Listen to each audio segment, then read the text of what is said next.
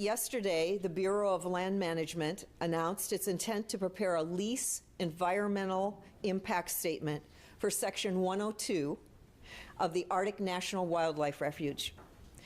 We talk a lot about the acronyms that run Alaska. We've got ANWR, ANWR, TAPS, FERC, but almost every Alaskan knows the acronym ANWR. Accessing the 1002 has been a goal, a mission, some would say a quest, for many, many Alaskans for nearly 40 years. This BLM notice kicks off the scoping period. This process informs federal regulators how the leasing program would be set up. Let me be clear, Mr. President, we are celebrating federal regulators who are going to come here and set up limitations on development. That may sound strange, but we should be happy about that. We should be happy because the process is working. The proposed area would be at a maximum 2,000 acres. Mr. President, the coastal plain, by contrast, is 1.6 million acres.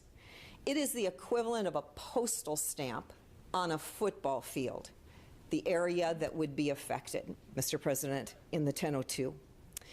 We still have a lot of work to do, but Alaskans have, by overwhelming margins, supported opening the 1002 to development.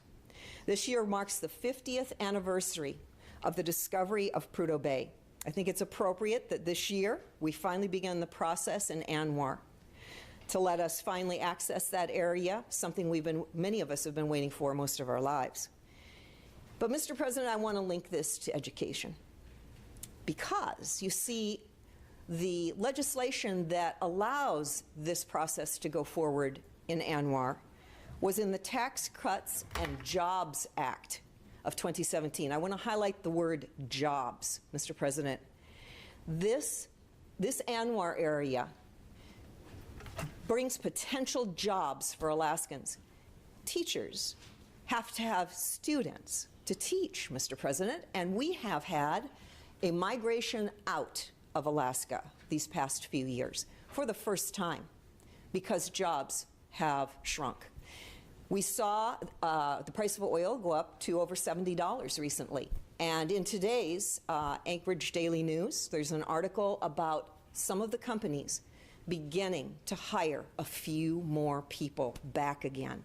That is tremendously positive news for teachers, Mr. President, who need students to teach, because the average daily attendance in our schools has dropped. So, bravo to opening the 1002. Thank you, Mr. President.